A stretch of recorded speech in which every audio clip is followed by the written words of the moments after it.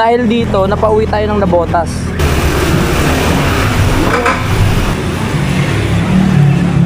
Ayan, lagay mo betadine para sa sugat.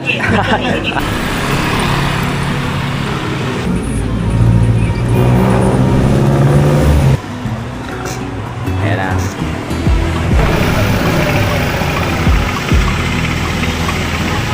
Let's go! Ready na tayo sa biyahe natin! Pero mas gusto ko yung ano mo, yung pakwan mo, mas okay. Wala kang pakwan, meron ako. Meron yan, wala daw. Kamatis. Simulan ng magkulitan kasama si Louie TV. Magandang araw. Papunta tayo ngayon ng paggawaan ng motor. Dahil yun nga, ngayon yung sinasabi ko sa inyo, magpapapalit tayo ng panggilid para sa biyahe natin. Para kondisyon na, no? Wala na tayong intindihin.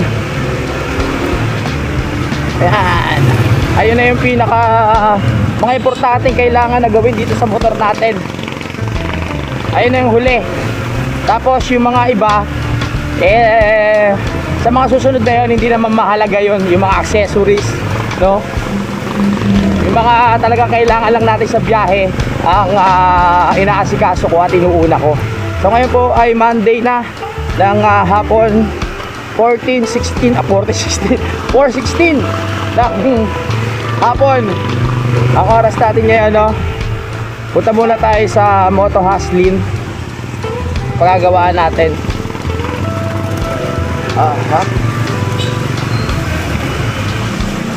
Dito na tayo sa palengke. Mainit pa. So kakain muna tayo kasi paggising ko nagugutom ako eh.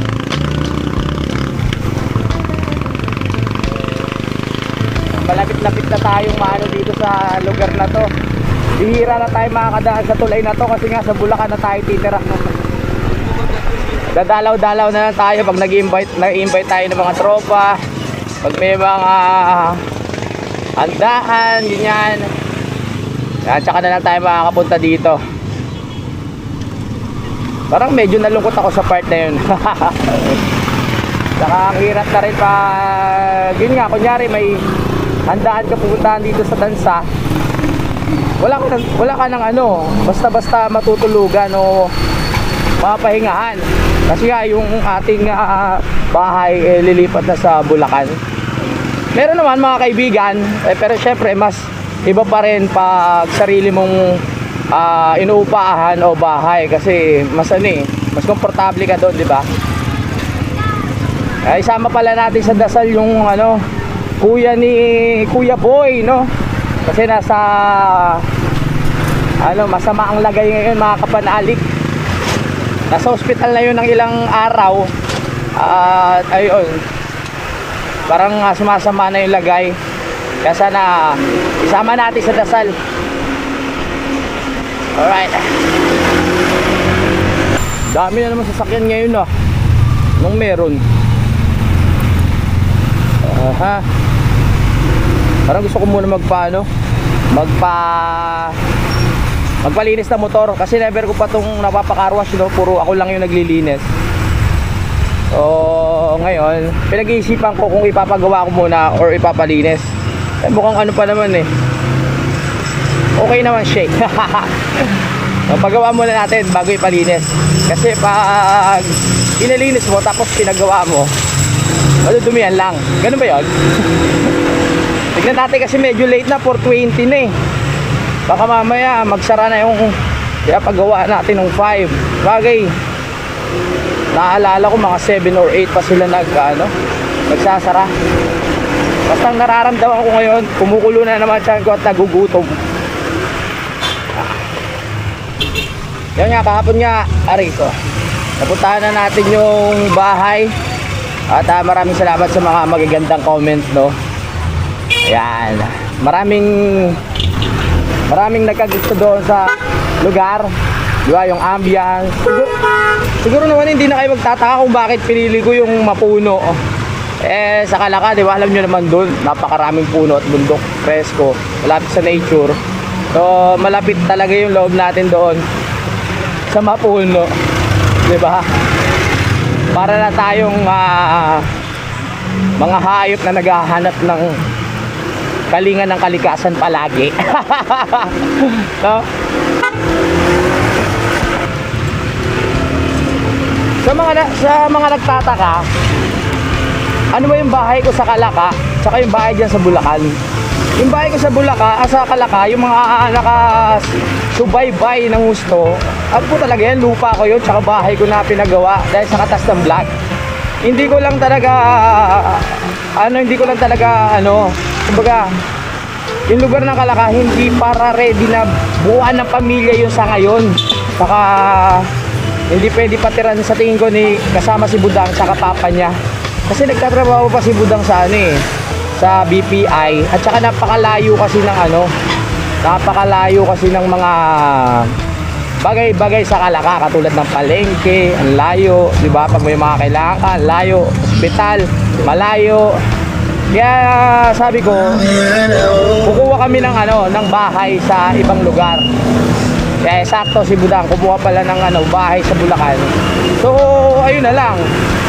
Di ba, kinuha din namin yon para merong bahay sa Bulacan, merong bahay sa Kalaka. Meron ako pagpipilian. Kung gusto ko sa south, doon ako sa south. Kung gusto ko sa north, doon tayo sa north. Di ba? Ganun yung naging setup, mga kapanalig. Pero yung bahay doon, kay Budang nakapangalan yon, yung sa Bulacan, para hindi kayo naguguluhan. Ano? Yon po ang paliwanag doon. Kasi doon sa nalipatan namin, paglabas mo, malapit-lapit na doon yung malapit na doon yung palengke, yung bayan, simbahan, di ba? Ospital, mga mall, malapit na. Kumbaga, mas malapit sa sa Kabiasnan. Sa Kalaka kasi, pag naiwan sila Budang doon, anong gagawin nila?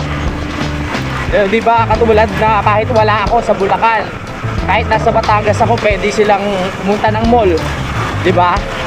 O kahit wala silang motor o tricycle, pwede silang mag-commute doon. Eh sa Batangas, paano pag wala ako, walang motor, wala si Uto, walang tricycle, may iwan si Papa John tsaka si Budang. Gusto nilang mamasyal. Eh si Papa matanda na rin yun eh. 'Di ba? Nagkakaedad na, nasa 60 plus na 'yon. Mahihirapan na rin na magmotor-motor, ganyan. Kumbaga yung area namin kasi sa Batangas, yun eh. Mga taong gusto na mag-retire sa trabaho, na meron na talagang ipon na malaki. Yung mga ganon. Sana nagigets nyo po yung punto ko, no? Mahirap pa sa mahirap pa sa Batangas. Aha. Eh dyan, sabihin mo sa Bulacan, kahit nasa Bulacan si Budang kami tumira, may access pa rin sa bus, ganyan na malapit. O, makakapasok pa rin siya sa trabaho. Kahit sabihin mo medyo malayo, eh ganun talaga, sakripisyo, tsaka gusto niya yun eh. Tsaka huwag natin baliwalain din yung pinaghirapan ni Budang, mga kapanalig, kasi matagal niyang hinulugan yung yung bahay. So ngayon, kung ibebenta mo lang, sayang naman, di ba? Magkakapera nga tayo, pero after nun, saan mapupunta yung pera? Saan mapupunta yung pinaghirapan niyang hulugan? O may paggagamitan tayo, pero sayang naman na nakatayo na doon, tapos ibebenta mo pa. Pwedeng paupahan, pero mas gusto namin na lumipat doon. No? Kaya ayan, dahil nahulugan ni Budang, ako susuporta na lang ako, mga kapanalig. Kunyari sa pagpapagawa, tapos yun nga, kailangan sa bago lumipat, may kailangan ibigay ng pera, so magpo-provide tayo. O ganun na lang gagawin natin para ma-appreciate din ni Budang yung pinaghirapan niyang pera na inulugan niya ng ilang taon, no? Sabi ko nga sa inyo, 3 lang naman kami. So may pagpipilian tayo, tulad nga nasabi ko, kunyari medyo tayo mag-stay sa Batangas dahil matagal na tayo nag-stay, para hindi tayo manawa, meron tayong pupuntahan na Bulacan, ganun lang, di ba? Norte at South. Bukas ba? Kaso parang meron eh.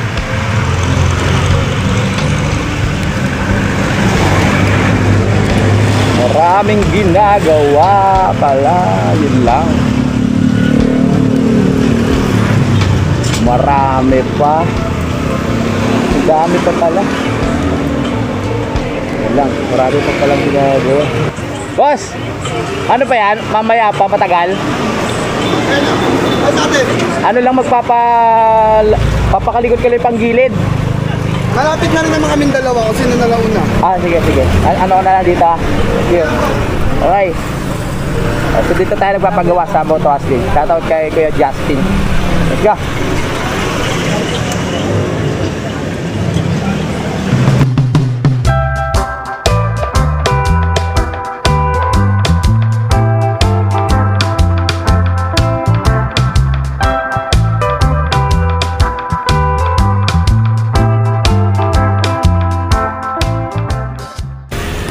Yan. Ay, nasa na yung mga pyesa natin? Ay, nakakain na tayo, no? So, ayan. Ito yung yung in-order ko sa Shopee, nasa Nabotas dumating. Sa Nabotas ko napa-address. Ito. Isa na lang to eh. So, dahil dito, napauwi tayo ng Nabotas. At dahil dito, napaganda rin yung uwi natin dahil nakarating tayo ng San Rafael, Bulacan kahapon. Nabisita natin yung bahay. O ito, ibibigay na lang natin to doon. Tapos sila na bahala na gumawa. Na shoutout kay Mike. Sayang, dito kasi dumating. Dapat sa kanya natin papakalikot to eh. Ayan. Lapit na kasi yung biyahe namin. So alam nyo na siguro kung saan kami papunta. Pero i-update nyo na lang kayo pag mismong araw ng alis namin para mas exciting na. Gagandahan natin yung vlog doon tsaka yung editing para memorable naman. Para meron tayong mga balikan na videos pag gusto natin balikan. Ganun lang. Pag dito kayo nagpagawa sa Moto Aslin, may mga piyesa na dito mabibili. Ayan, dyan. Kaso wala, may piyesa na tayong dala. Kaya ipapasalpak na lang natin. Meron pa silang ino-offer na ibang ibang piyesa. Ang problema, nabili na natin yung piyesa, hindi naman pwedeng meron na tayo, tapos bibili pa na tayo ng another. So, laki ng gastos. Kaya pasalpak na lang natin. Alam na nila gagawin dyan.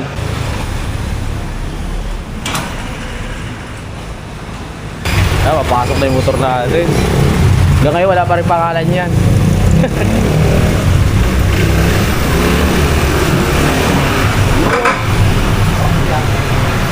Bagay pala sa'yo naka-ADB. Yun o. Papakalikot na natin to para malakas na sa akyatan. Yun na talagang napansin ko sa ADB, no. Hindi natin pinagtatakpan yung part na yon. Medyo mahina siya pag sa mga matatarik na lugar. Nabibitin, pero may paraan naman para siya mapalakas. Kailangan mo lang ipakalikot. Saka palitan yung mga piyesa sa gilid.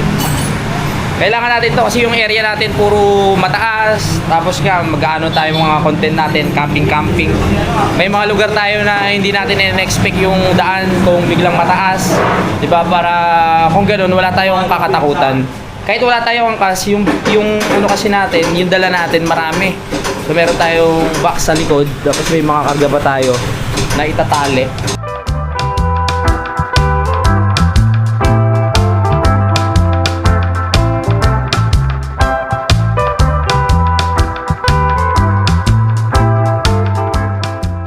Hinahanap nila yung Aerox kasi dito ako nagpapagawa nung nakaraan nung motor pa natin yung blue na Aerox natin.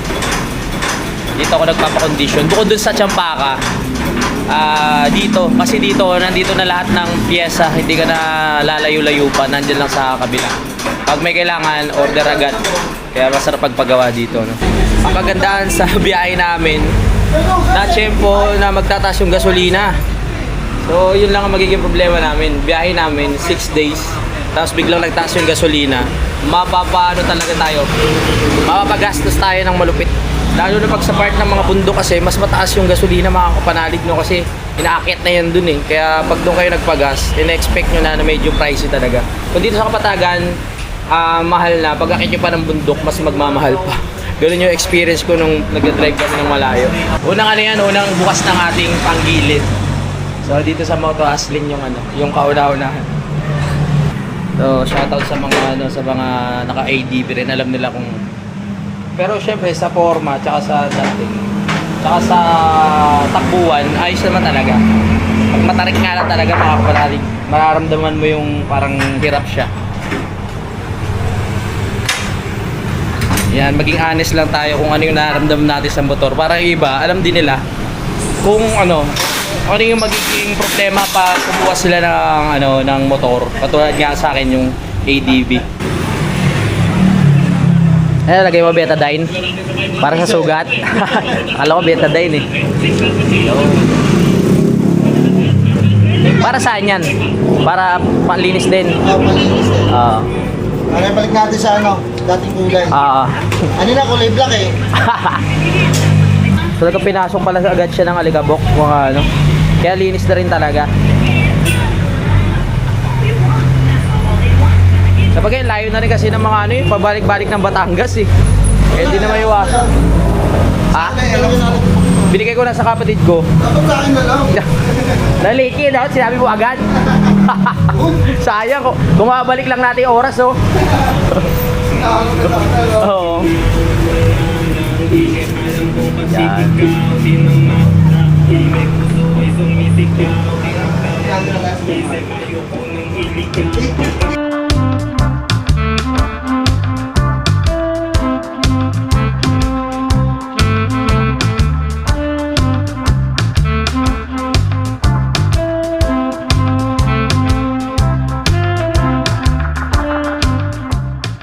Sa susunod na sa sahod natin, bili ako ng takip ng makina.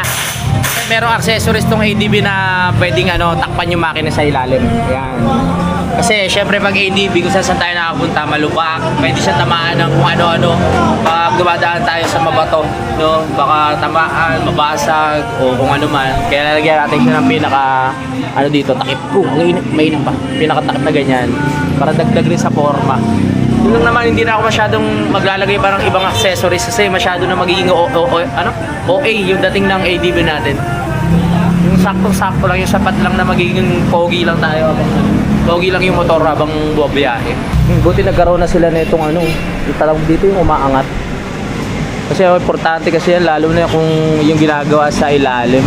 Nakakangawit kasi pag wala. Lagi kang nakayuko, nakaupo. Sakit yan pa, masakit yan sa bewang para sa mga manggagawa o yung sa mga mekaniko.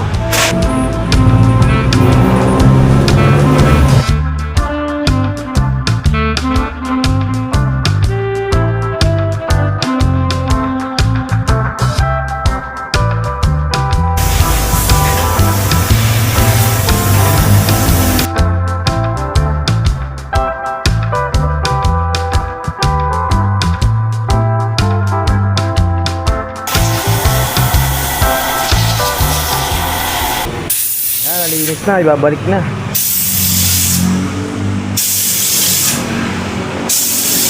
Nalas ba sa akyatan yan, bossing? Lakas na to, diretso na to. Diretso na? Oo, diretso na. Kahit may angkas, diretso na. Saan sa bangin? Huwag naman. Gusto. Ayan na. Huwag naman, Lord. Pwede mo lagyan ng logo na dito. Bagong ligo. Maganda ba yung mga piyesa na yan na bili? JBT maganda talaga to. Ang JBT? Okay. Nasa brand ng JBT maganda. Oo. Kasi sa mola, makulat. Yung shoutout kay kay Mike Kalikot, the best yung suggestion mo. Hindi na natin na-istorba si Mike sa tawag dito, sa shop niya. Kasi dito na nga tayo sa Malabo nagpagawa.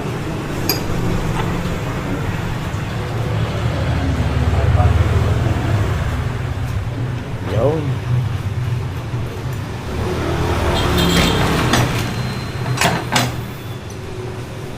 Nakadepende siyempre kung kondisyon yung biyahe ko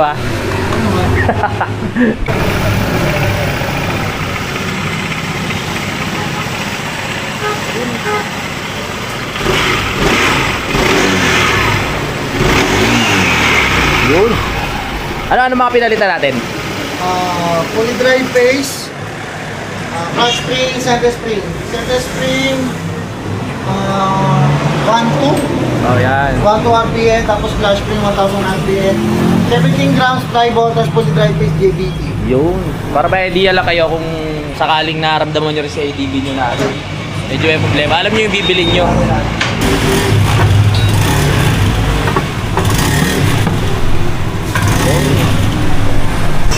umuulan pa. Ano yung blessing? Thank you Lord. Ang kitim ng langit oh. Nag-aalangan tuloy ako magpalinis ulit ng motor kasi umuulan.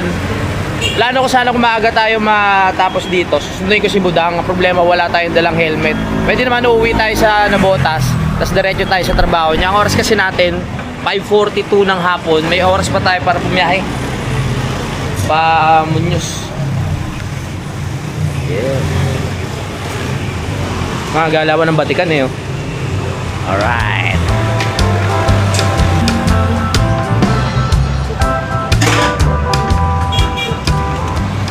Kung gusto nyo magpagawa, mag-search nyo lang doon sa Facebook mga kapanaliga.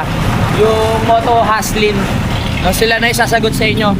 Ano na kayo, wala na kayo problema sa piyesa, dito na kayo bumili. Ayan, sinasabi ko sa inyo. Meron silang bilihan ng piyesa dito, katabi lang. Ayan.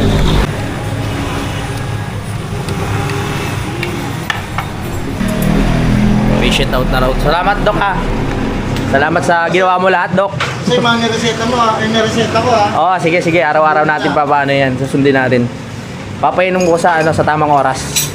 Alright. Mag-redos ha. Ako, Credos, baka kung saan pumunta eh. Mahirap na. Hey, salamat sa ating mekaniko, no? Tayo makapaayos. So nakaraan, siya rin gumagawa nung Aerox ko eh. Ayan. Ay, hindi ka gumagawa ADB, Aerox dapat eh. Tinanong ko si Bossing eh. Sabi niya raw, gumagawa kayo kaya dinala ko dito. Oo. Basta scooter. Oo. Alright, bababa na. Asa mula, sugod? Okay lang. Blessing yan. Muulan. Mabasa yung panot natin. Pero ano yan? Blessing yan kay Lord. So good. Ha? Oo. Unang sakto? Ano? 1-1. Oo. Change oil na kapit. Dapat change oil ko na yan.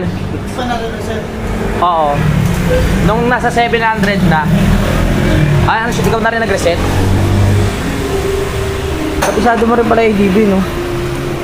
Siyempre, mekaniko nga eh. Para matanggal yung ano niya. Yung change oil. Okay. So, nagpa-change oil tayo. 700 na yung tinakbo eh. So, next niyan, baka 1.5 to. Pagbalik na lang namin galing Benguet. Para ano. Yun. Yes.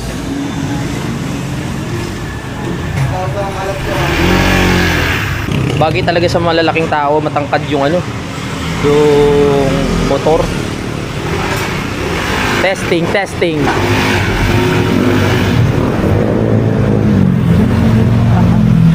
Okay na, punta na tayo dito sa Bayarin.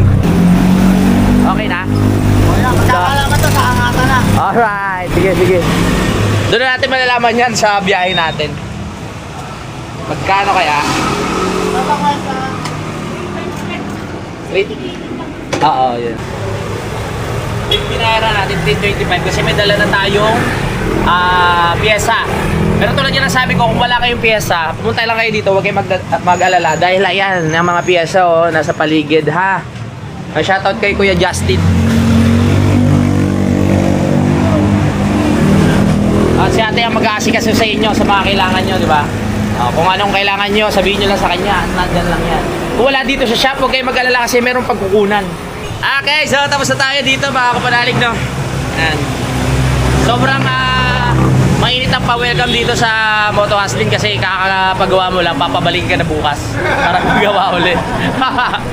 Boss, yun lang ako. Okay. Let's go! Ready na tayo sa biyahe natin!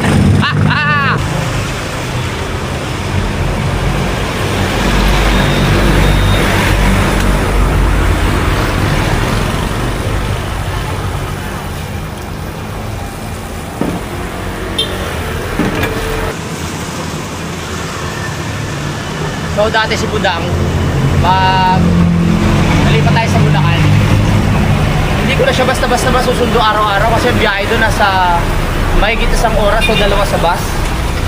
Hindi katulad dito malapit-lapit, pero ganoon talaga sakripisyo. Makakapahinga naman siya sa bus, nakaupo lang siya doon. Tsaka mas ginusto niya yun eh, pinag-usapan na namin. So, i-search na lang namin kung saan yung ano, yung way ng bus, tsaka kung paano siya pauwi para di mahirapan. Problema kasi doon, yung uwi niya minsan overtime. Kunyari makakauwi na siya ng mga 8 makakalabas. So, problema kung meron pang biyahe ng bus papunta ng Bulacan. Yun ang hirap doon.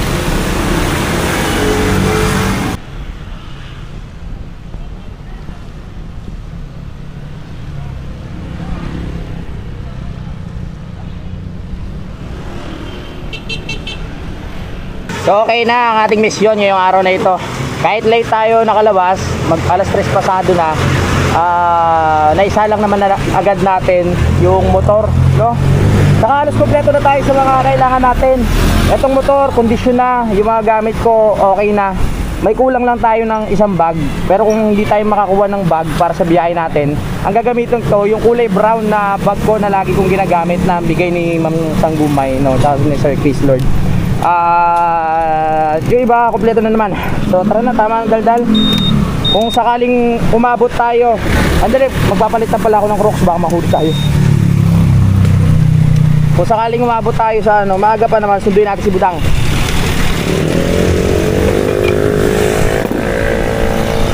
Palit tayo ng Crocs. Ganyan kasi ang rules. Para sa mga hindi nagmumotor, okay lang na hindi kayo nakasapatos, basta naka-Crocs kayo, protektado yung mga daliri. Kasi pag ganito, nakuhuli ka dyan, boy. Kahit naka-short, basta naka-Crocs, perfect na yan. Let's go! Wala na ba ako nakalimutan? Check natin mabuti. Yung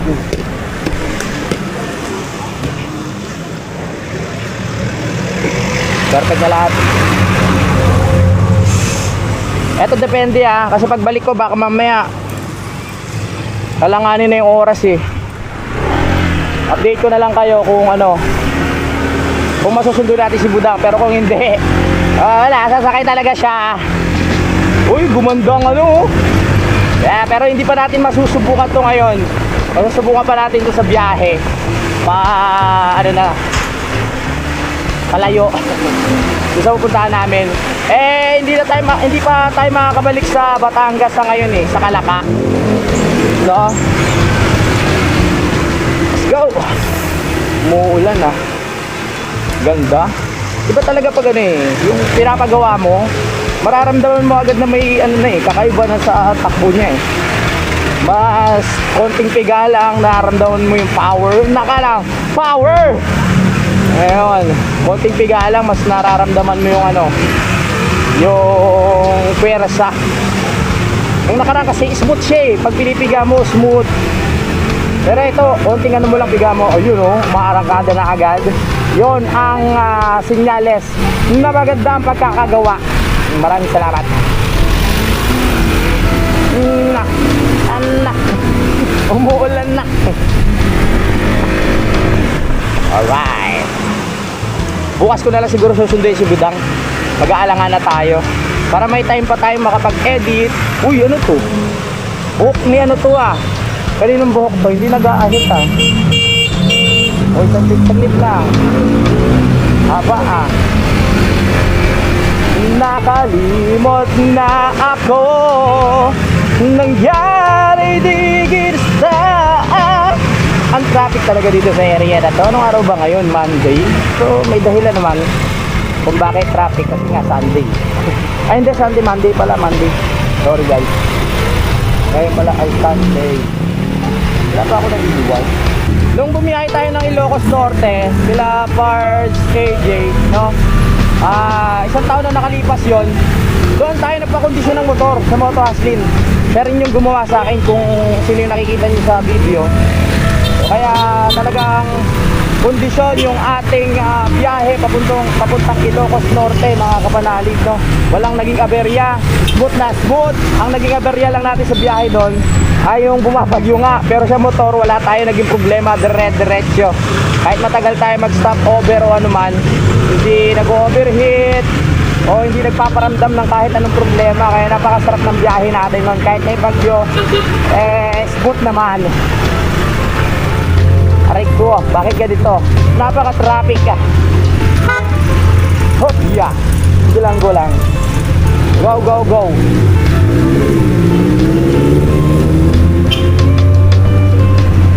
Dahil sa kabila. Traffic eh. Dito lang yan sa sa may silo, mga kapanalig. Kung galing kayo ng ng Francis, ayan, ano lang yan, malapit na. Sa mga taga Nabotas o sa Malabon, kung naghahanap kayo ng mga pagawaan, pwede kayo dito, subukan nyo sa Moto Asin. Magaling ang mga gumagawa, pogi na, macho pa, malakas ang karisma. Grabe pagbibilid ko sa yan, shoutout sa sa mga malulupit na mekaniko ng Moto Asin.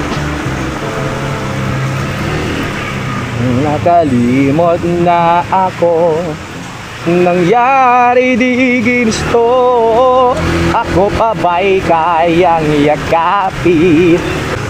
Yan na, salamat sa lahat ng nakasuporta sa atin ngayon at sa mga bagong subscriber. Pinipilit kong i-level up yung ating yung vlog, yung the way kung paano tayo mag-edit o naman. Kaya welcome, sana ma-enjoy nyo kahit mga simpleng content lang, kung ano nangyayari araw-araw, kung ano nangyayari sa buhay ko, kung anong chismis sa buhay ko. Maraming salamat sa pakikinig at panonood ninyo, no? Mapadalas na yung ating biyahe. Kasi dati nga, doon lang tayo sa Kampanalig di ba? Puro gawa tayo.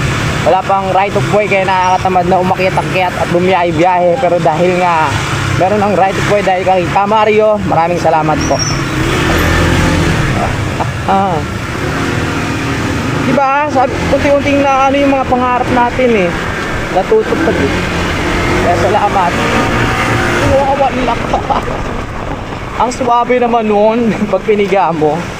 Pigang-piga, sarap pigain. Piniga mo ba naman, sarap nun. Yan pigang-piga, gano'n.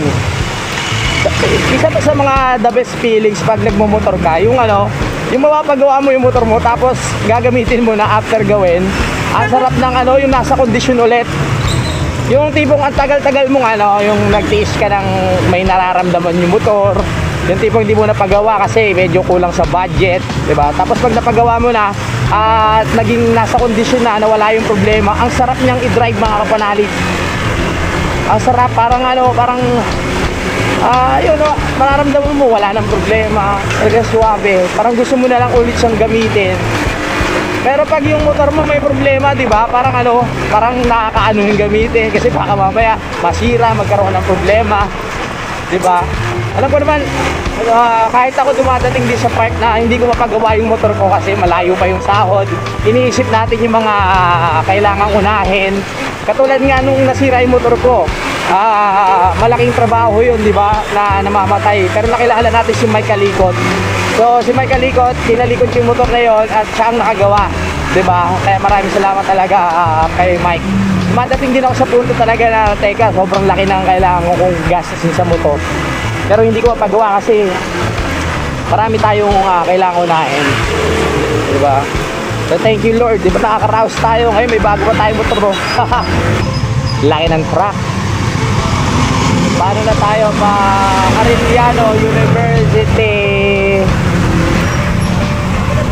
Jawa. Traffic. Sarap talaga pigain, di ba kahit ikaw pigain mas hindi pa rin nagtigil. Boss King Kalog TV, subscribe natin, Boss King Kalog TV, baka may channel yan. Umuulan na. May isa pa pala akong hindi nabibili na kailangan natin bilhin, naalala ko bigla dahil sa ulan. Kapote na maayos-ayos, yung mabilis lang siyang isuot pag nandiyan na yung ulan. Ewan ko, napakaburara ako talaga tao. Nakailang kapote na ako, mga kapanalig, nakailang bili na ako. Pero pag matagal akong hindi nakakabiyahe, yung kapote, hindi ko na alam kung saan napupunta. Yung kapote ko dati, hiningi ni Ahas, ni Tolits. Yung iba, hindi ko na alam kung saan napunta.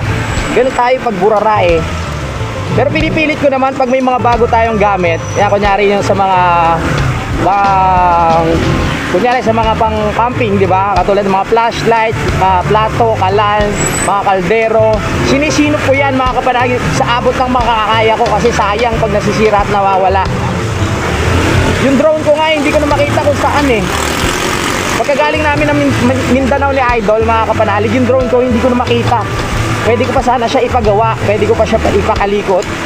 Eh hindi ko na makita. Yun ang naging problema ngayon.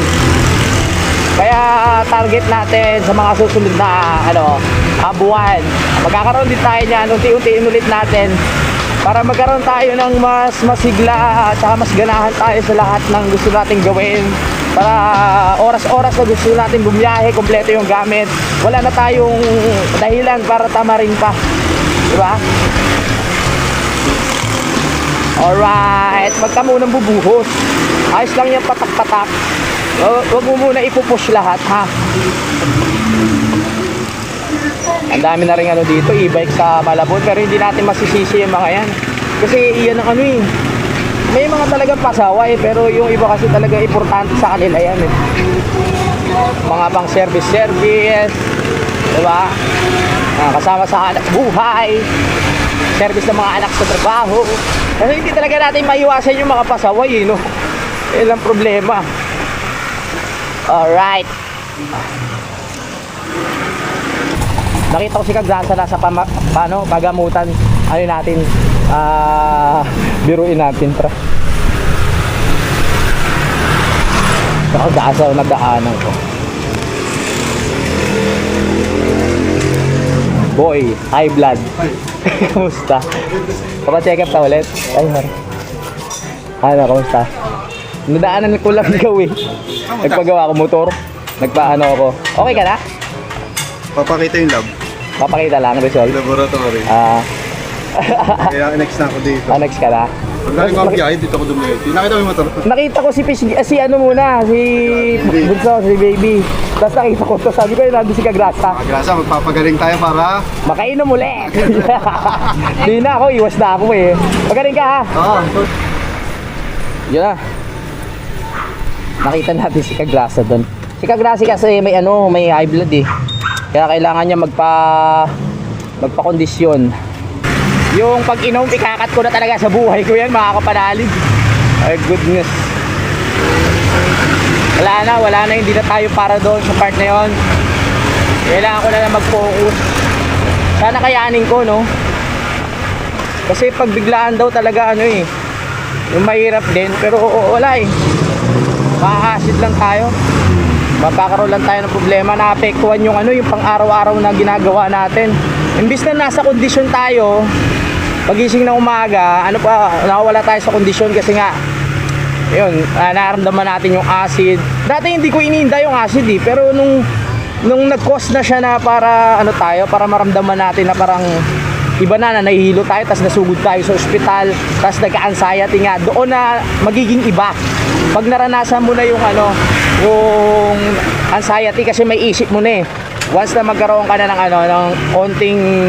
konting acid lang, iba na agad sa pakiramdam. Kaya iwas na ako magka-acid. Kaya gagawin ko, lagi ako may baon na Skyflex eh, katulad ni Ate Gayle, yung asawa ni Kuya Boy.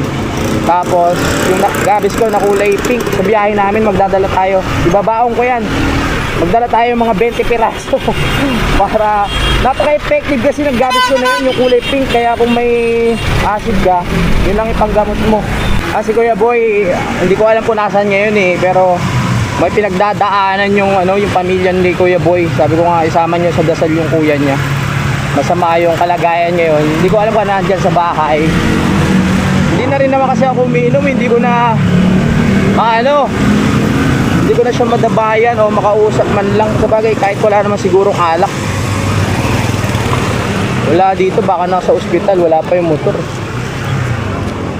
Wala pa sa bahay yun. No? So, na lang tayo. I-chat na lang natin, tignan natin kung nasaan siya.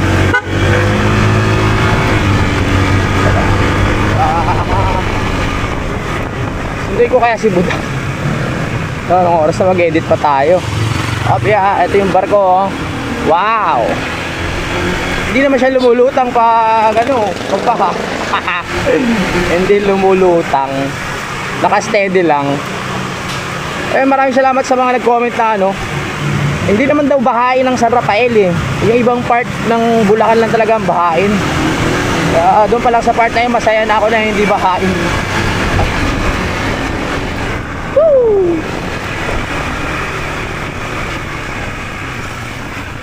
Ang sexy nating ano, may-ari ng apartment. Kasi may hilig ko sumba. Si Ate Jeng. Alright. Shoutout sa'yo, ate.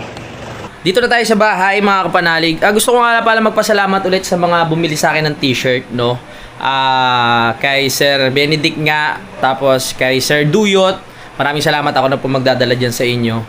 At kay Sir Chinito Intal, meron siyang YouTube channel, mga kapanalig. Baka pwede nating paki-subscribe at pakinood yung kanyang mga videos. Ito po, ayan, Chinito Intal. Ayan po. Paki-subscribe, no. Ayan, maraming salamat po dahil sa inyo nagagawa nga natin yung mga dapat ipagawa o mga bagay na dapat may aayos, no, dahil sa suporta niyo. Maraming salamat. Ay, ayan na si Budang. Ay, pasensya na kayo magbulo yung ating kwarto. Di pa ako nakapagbilis. Tutupi ko pa lang. Hindi na natin nasundo kasi late na siya dumating. Ay, dito na si Budag. Na-upload mo na po. Oo, na-upload ko na yung vlog natin. Ano gusto mo? Gusto mo bili tayo pagkain? Nasa labas pa na yung motor ko eh. Uy, si Budang may pasalubong. Ano yan? Sa Walter Mart ko pa ito binili. Sa Walter pa. Binili mo yan para sa akin? Ang sweet mo naman. Patingin nga, ano yan? Wow, pakwal! Hindi ko alam kung hinog na to. Paano malalaman? Pag hinog, tanungin mo, hinog ka na ba? Wala ka mo. Pero mas gusto ko yung ano mo. Yung pakwan mo. Mas okay. Wala naman nakapok ba? Wala kang pakwan, meron ako. Meron yan, wala daw siya. Kamatis. Napatawa mo ako doon, ang galing mo. Baka pasas lang yan. Kakain muna kami ni Budang sa sa labas. Bibili kami ng pagkain, no? Para mabili rin namin si Papa. Tara. Yan, dahil nasa labas pa ang motor. So, kain muna tayo sa labas din. Hindi ba? Hindi na nakakatamad ilabas. Okay, malakas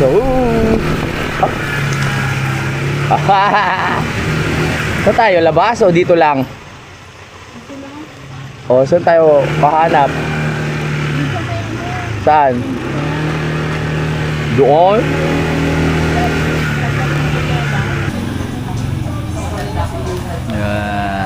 Anong order mo? Ano ko? Garlic pepper beef. Garlic pepper beef ako. Daing silog. Wow! Ito pagkain namin. Okay ka? Happy ka na dyan?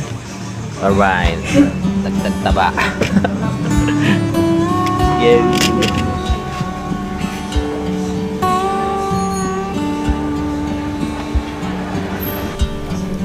Sarap.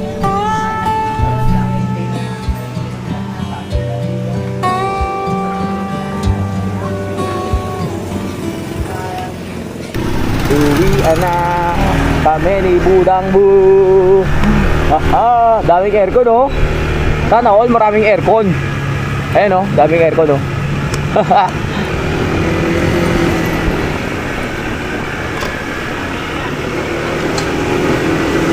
Oh yeah. Mas okay ba yung ilaw natin ganyan malapit? O yung medyo malayo?